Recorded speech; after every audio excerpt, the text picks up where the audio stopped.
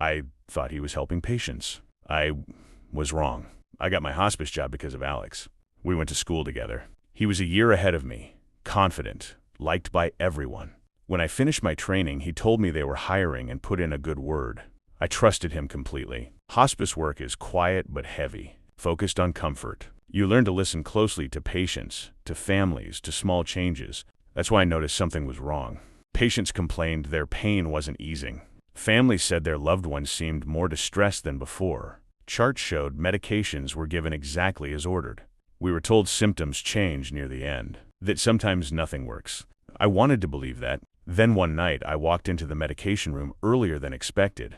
Alex was there. He was holding a patient's prescription packet already opened.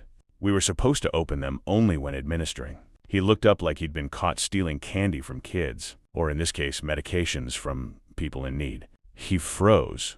I asked, "What are you doing?" He recovered fast. Too fast. Said he was fixing a label. Said I startled him. Then I saw the name on the packet.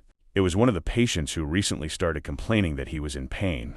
My chest went tight. Before I could say anything else, he snapped, "Why are you here early, anyway?" That was when I knew. I stepped out and went straight to the head nurse. I didn't accuse him of stealing. I told her exactly what I saw. No conclusions. Just facts. Alex followed minutes later. He was angry, defensive, said I was confused, claimed I'd mishandled medications before, said I was stressed and making things up. I realized then what he was doing. He was trying to put it on me.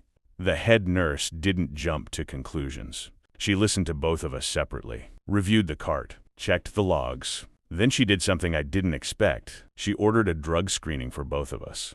Alex laughed at first, then refused.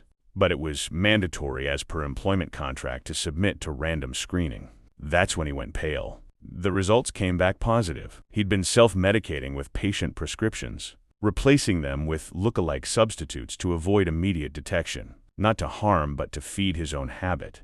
And in doing so, he'd put vulnerable people at risk. He was escorted out that morning. Later, administration told me he'd tried to claim I set him up, that I was inexperienced and careless. They didn't believe him, because the facts didn't support it. I didn't feel victorious. I felt sick. This was someone who got me the job, someone I trusted, someone patients trusted. Hospice taught me something I didn't expect. The worst betrayal isn't cruelty. It's negligence disguised as care.